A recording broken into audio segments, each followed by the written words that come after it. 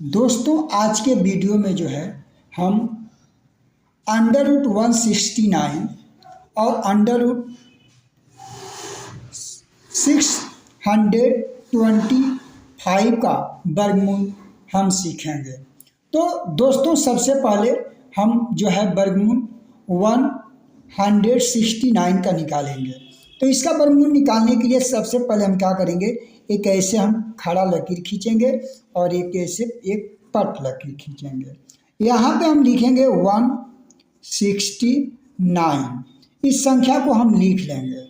उसके बाद हम क्या करेंगे दोस्तों, इस संख्या का जब वर्गमूल किसी भी संख्या का निकाला जाता है तो पीछे से दो दो संख्या का हम जोड़ा बनाएंगे।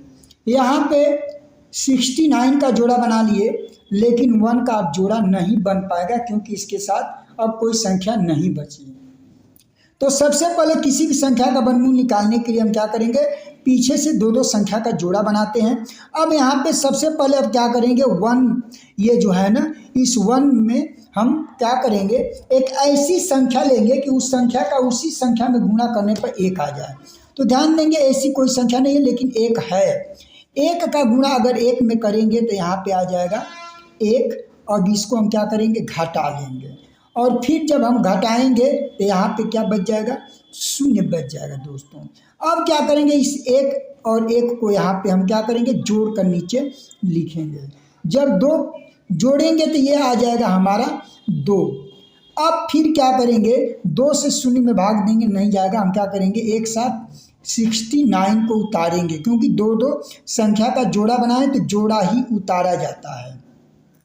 अब क्या करेंगे, 2 से भाग 6 में देंगे तो देखेंगे कितने बार में जा रहा है। तो ध्यान देंगे 2 से अगर 6 में भाग देंगे तो 2 तिहाई 6 3 बार में जाएगा। तो जब 3 में जाएगा तो 3 को मल्टीपल करेंगे, यानी कि 3 को 2 बार लिखेंगे, 3 गुणे 3 लिखेंगे, यानी कि 3 गुणे 3 करेंगे। अब इस 3 का गुणा जो है 3 में करेंगे, फिर 3 का गुणा 6 में करेंगे। 3 का गुणा 3 में करेंगे तो 3 तरीके हो जाएगा 9, और 3 का गुणा 2 में करेंगे 3 दूना हो जाएगा 6। अब फिर हम क्या करेंगे, घटाएंगे। जब घटाएंगे तो 9 में से 9 जाएगा तो 0, और 6 में से 6 जाएगा तो 0 बचेगा। अब कोई संख्या नहीं बची। तो यहाँ पे हमारा जो है इन दोनों 1 में से 1 को लिखा जाएगा, इन दोनों 3 में से किसी एक 3 को लिखा जाएगा, यानी कि 1 इन दोनों 1 में से एक 1 को लिखेंगे, इन दोनों 3 में से एक 3 को लिखेंगे।